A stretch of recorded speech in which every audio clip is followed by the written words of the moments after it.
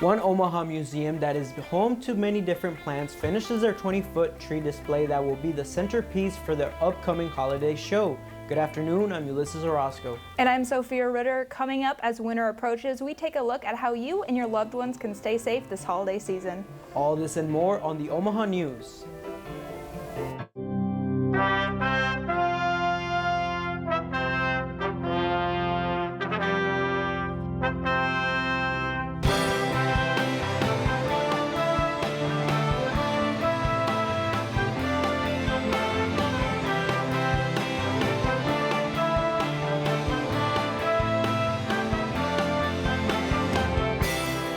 From the studios of UNO Television, this is the Omaha News, presented by UNO School of Communication.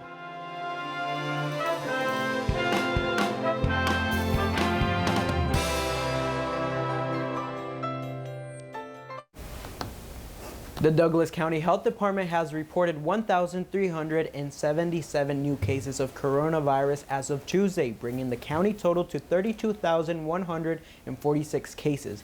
According to Douglas County Health Department spokesperson, 750 of the new cases were from mid-October. Those reports were only added to the DCHD reporting system Monday after being delayed due to technical difficulties.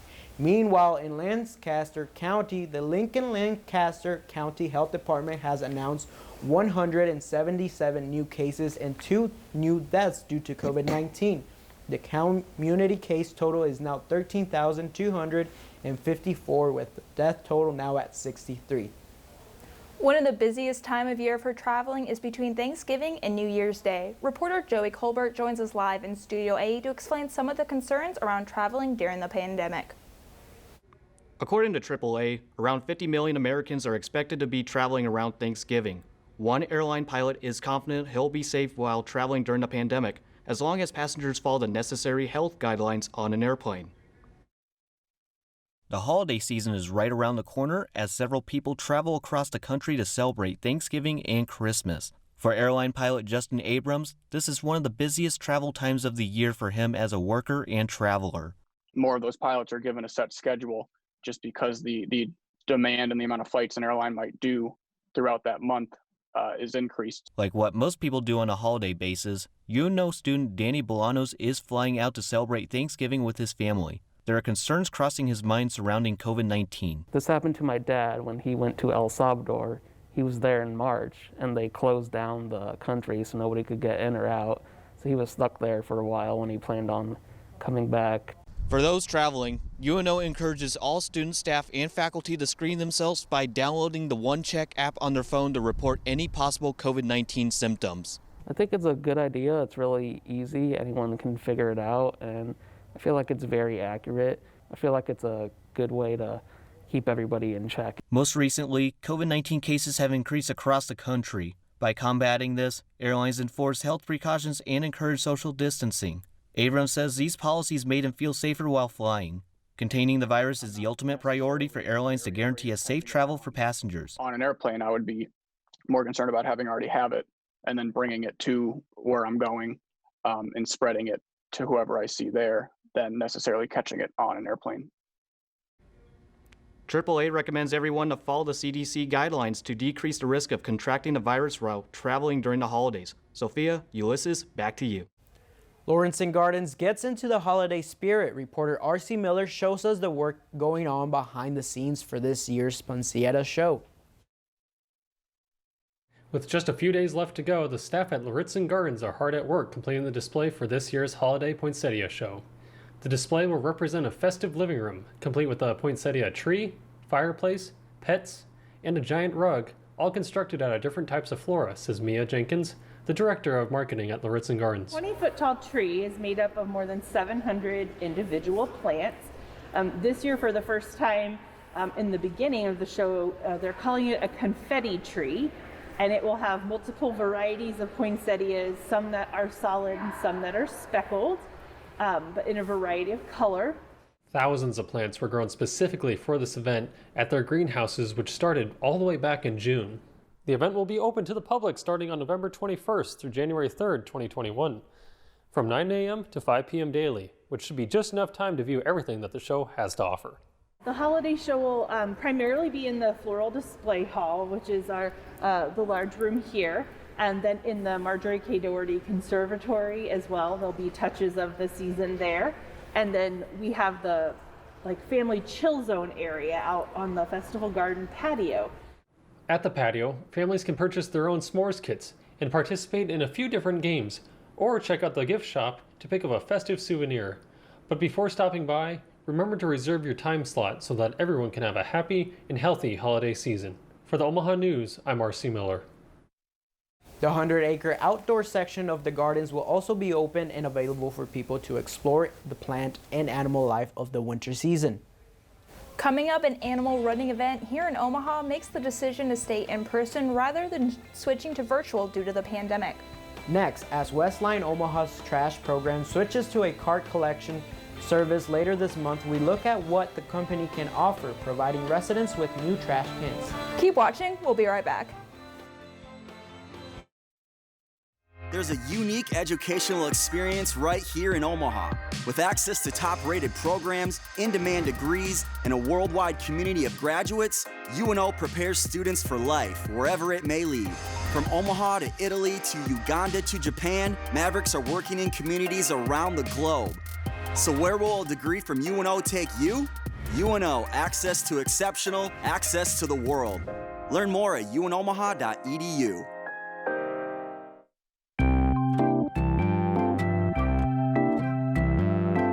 Need an incentive to read? Use your Omaha Public Library card to check out a pass to the Henry Doorly Zoo. Each pass can admit up to 2 adults and 6 children for a one-time use.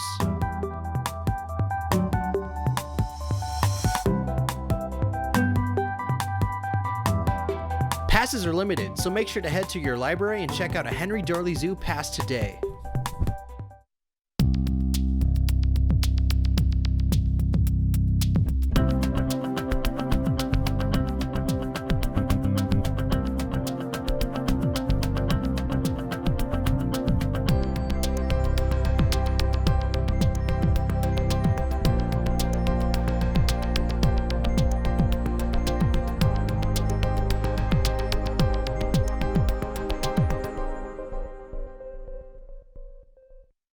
Benson, where creativity is our culture. Benson's lively atmosphere offers a unique experience. Come enjoy great live music, enjoy a variety of bars, get amazing food from local restaurants, and shop at local businesses. Whatever you do, you won't be disappointed with your experience. Learn more at experiencebenson.com. This is the Omaha News. Omaha residents will no longer have to provide their own trash cans for pickup. Beginning November 30th, the city will have a new trash service. Reporter Ethan Wolbach joins us live to tell us more.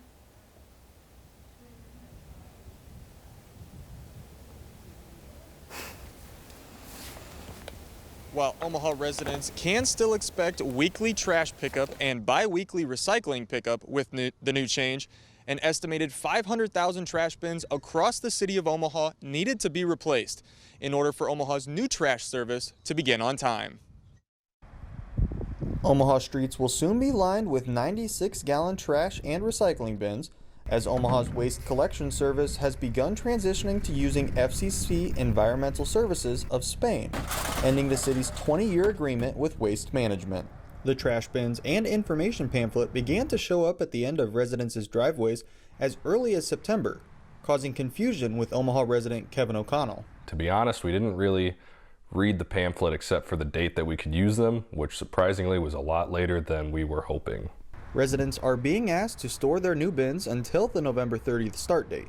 Once the new pickup service goes into effect, the FCC will have a plan for residents to turn in their old trash cans if they choose. O'Connell hopes the program is easily accessible, or he will plan to keep his old bins. We don't have much use for them because the new cans are pretty big. So if we have time, I'm sure we'll turn them into that program. The new contract will have an 8 to 12 week period split between fall and spring for unlimited yard waste pickup. where residents will be able to use the familiar brown paper bags for leaves and yard waste. Omaha resident Nick Werdekemper hopes the new trash bin will be large enough for his household. We kind of go through a lot more trash than I thought we would, so we take the trash out pretty often. Our small bin gets filled up pretty quick. If Omaha residents feel the need for an extra trash bin, they can lease an additional bin directly from the FCC for $91 a year.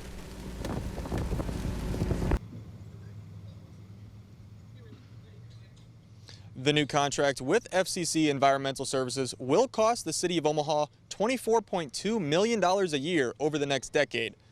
However, city officials have said that taxes will not increase to cover the cost. Sophia, Ulysses, back to you. Across the state, you may have noticed a large population of Canada geese and fewer groups of birds heading south for winter. According to experts, this is likely a result of climate change. Earlier this year, the Audubon Society of Omaha published their monthly calendar showing migration would start earlier into November. In 2019, academic journal Nature Climate Change published their findings showing birds are in fact migrating later into winter and earlier into spring. Audubon says this can be due to rising temperatures, changes in habitats, and combined effects on their food cycle. In Nebraska, this mostly affects the rare whopping crane hails and overdunted supply. It's where a lot of things are going off, right? Birds might be, depending on why they choose to migrate, if it's on the light period, if it's temperature, you know, there's many different reasons and it's different for each species necessarily. Anyone interested in assisting with bird counts this year can sign up for the Audubon Society's Christmas bird count and find other ways to help local bird species at audubon.org/conservation. The Omaha Turkey Trot happens this Thanksgiving. This is a uniquely different than most fun runs that have gone virtual this year. Reporter Wyatt Waskowiak with the story. While most races this year are being canceled or going completely virtual, the Omaha Turkey Trot is happening in person. Peter Starkowitz believes they put a plan in place. We've definitely implemented the safety precautions necessary in order to put the event on safely. Running has provided an escape for one Omaha resident. Running is a good stress reliever, so I've been still training. We were training all through the pandemic in March in the summer. She said she can't wait to get back to an in-person race. My fiance had said, hey, we should run the Turkey Trot. One of his friends is doing it at work. This year, Omaha Turkey Trot participants are going to have extra safety precautions when running the race, including wearing a mask when not participating. The first Turkey Trot took place over 120 years ago in Buffalo, New York, with only 6 participants.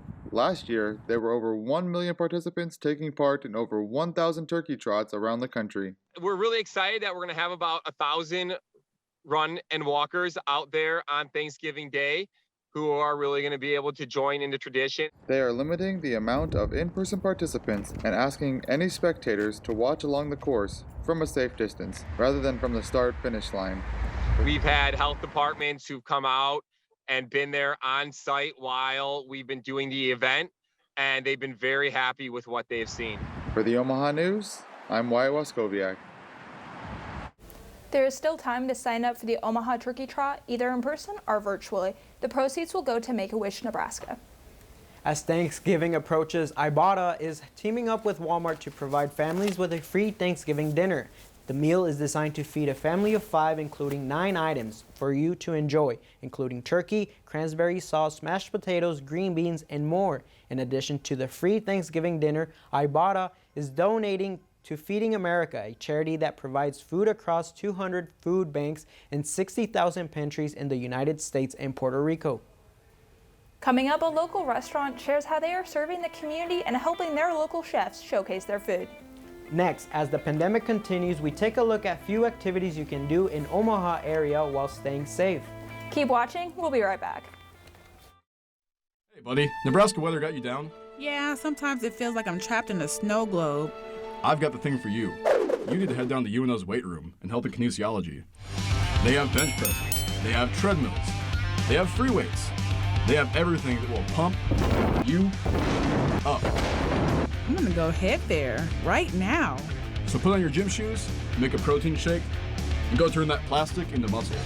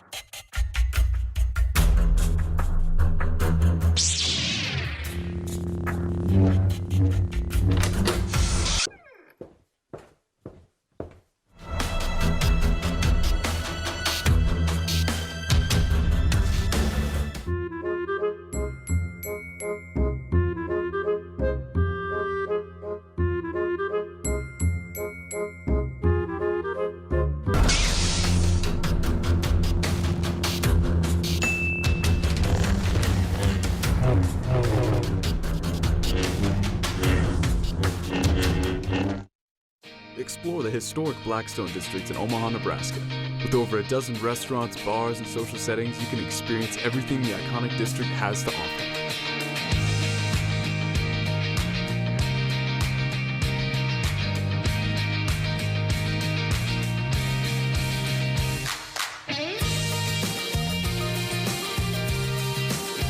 Eat, drink, socialize, and enjoy the day or night here in Blackstone.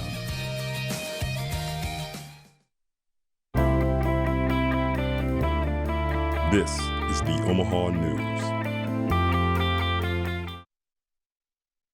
Cue at Luminarium, Omaha's new $100 million science center has now begun construction. They hope the museum will shine a light on subjects like science, technology, engineering, and math, and perhaps inspire the next generation of STEM workers here in Omaha. The ceremony for Omaha's privately funded science museum was scheduled to be held on Monday, but was held off due to concerns over state's fast-rising coronavirus numbers. The museum is set to open in 2023 at Lewis Clark Landing.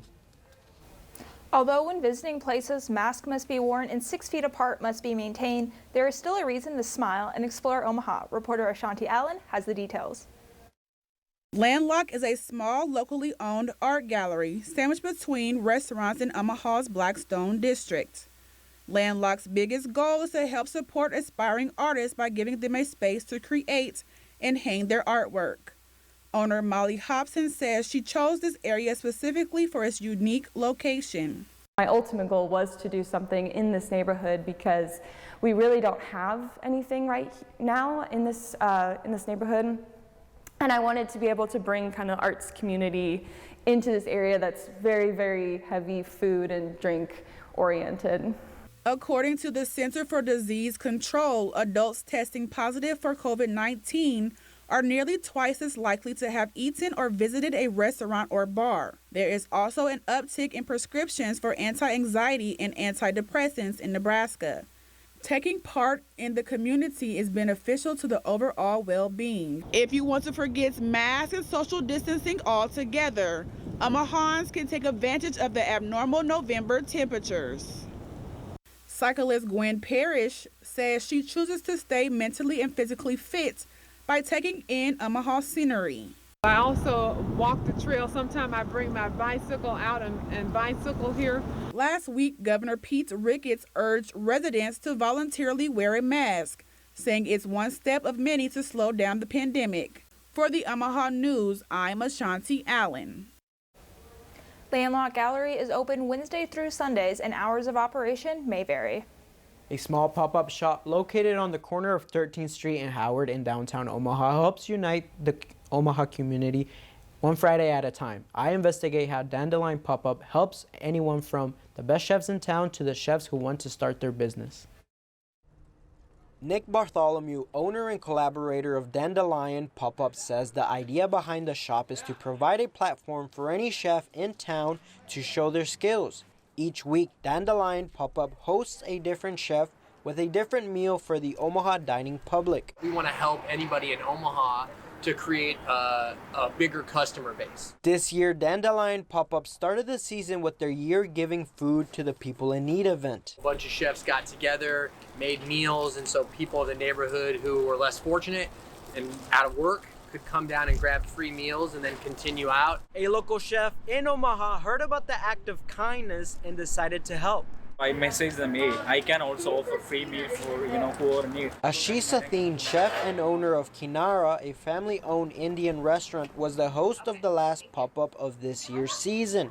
Sathin says that this is something different, an experience that he hasn't had in Omaha. You can see a lot of people trying out us first time, and it's a great idea. Supporting your local restaurant. Bartholomew says bringing the sense of community to the public is what they want. We hope that a platform like this just expands people to be able to do the business they want to do and help a neighborhood feel safe, feel comfortable.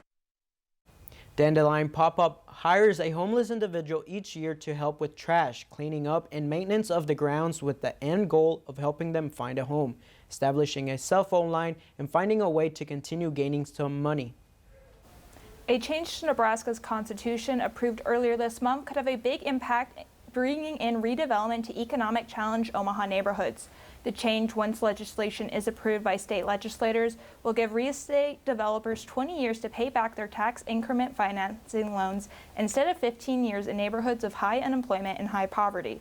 It's expected most parts of North Omaha and South Omaha will be impacted, but also could apply to other cities such as Lincoln, Grand Island, Scottsbluff, South Sioux City, and Fremont. Coming up, one podcast group shares how movie theater closures during the pandemic has helped them in rediscovering new content. Next, the Omaha Community Playhouse gets ready for their annual showing of The Christmas Carol as they adjust to new guidelines. All this and more on the Omaha News. Radio isn't what your grandparents told you.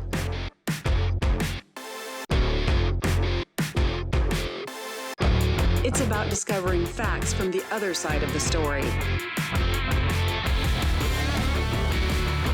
But MavRadio.fm produces talent, people who can take someone's story and bring it to life.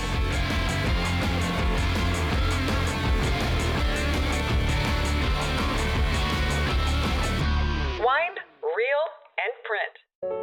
I never thought I'd be standing in the clouds looking down on the ancient ruins of the Incan Empire. I never thought I'd live among the street artists in Valparaiso. I never thought I'd make friends that would last a lifetime.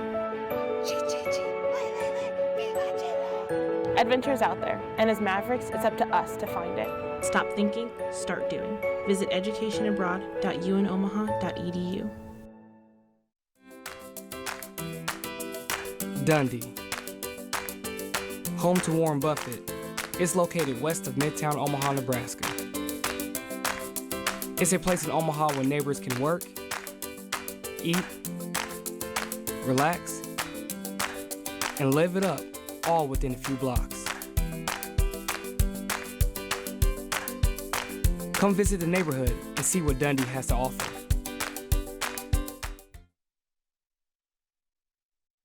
The Omaha Community Playhouse's annual rendition of The Christmas Carol has become an Omaha tradition. This year is the 46th time they have put on the production, and I give you access behind the curtain on how it is all put together.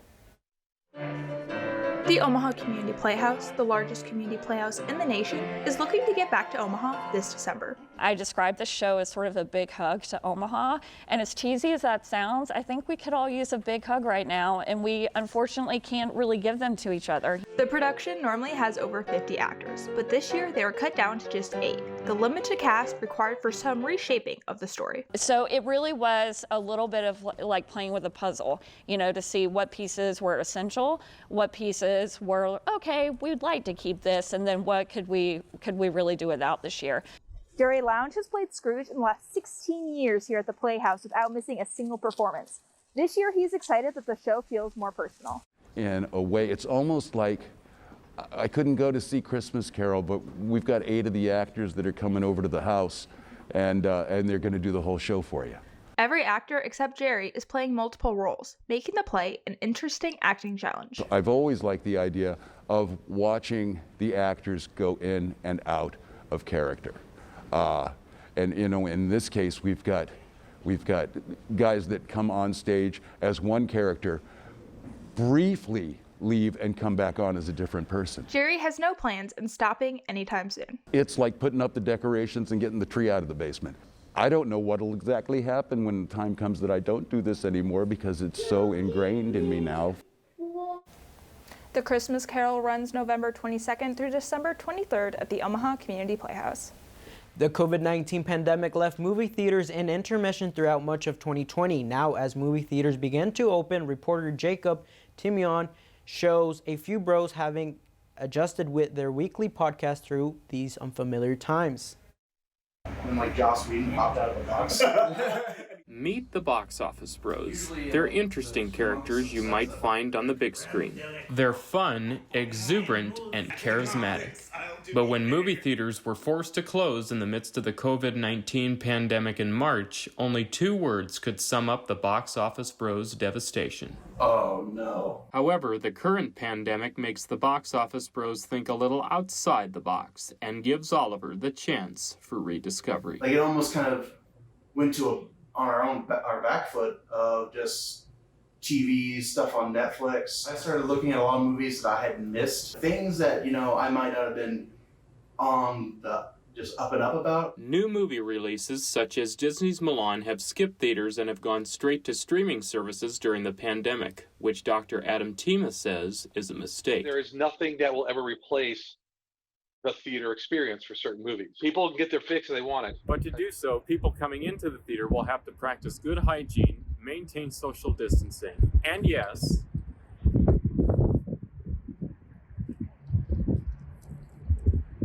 wear a mask. As the pandemic rages on, Oliver says movies help provide escape, even if for a few hours. That little rush of excitement can, give you a little bit of peace of mind in kind of the struggling world that we're in right now. So whether at the theater or on the go, for the box office bros, it's on with the show.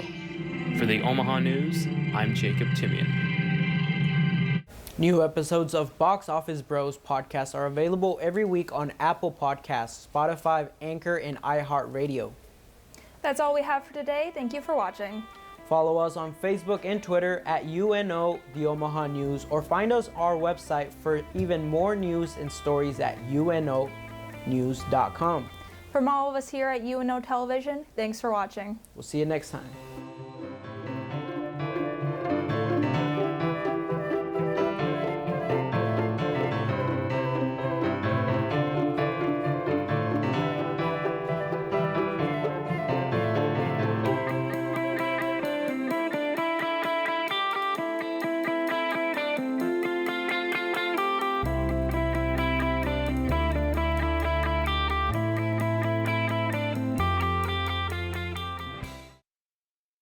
Hi everyone, I'm Kathy Wyatt. Welcome to the first edition, the 5th edition, 9th edition, the 13th edition of a special weekly series on Consider This, COVID-19. There's thousands of small businesses out there that frankly can't do business. Our anticipation and our hope was that we would just be closed for 2 weeks. In Nebraska, we lost an estimated $88 million in sales and more than 24,000 jobs. Probably the last time that happened was 1918 during the Spanish flu. Different facilities have adapted better or worse to this. When the floods hit, you could go help your neighbor and you could go to work side by side with them. Today, we can't do those things. I think we've always had good teamwork, but now we know we need it. If we cannot create immunity in between 60 and 70% of the population, we will never fully reopen. This has been stressful for everybody. This virus is not going to go away, not in any time soon.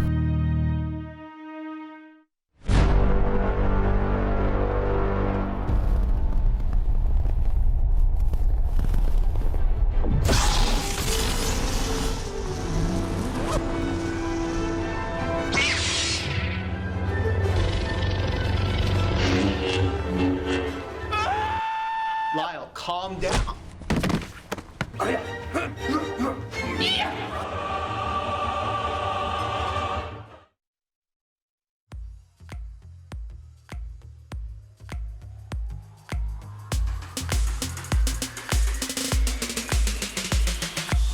For years, the Old Market has been a popular attraction. With its vintage atmosphere and rich history, it's a great way to spend an evening. It has niche restaurants where you can grab dinner, and unique stores you can shop at, making it an exciting place to explore. So come on down and check out the Old Market, located between 10th and 13th Streets and Farnham and Jackson Streets.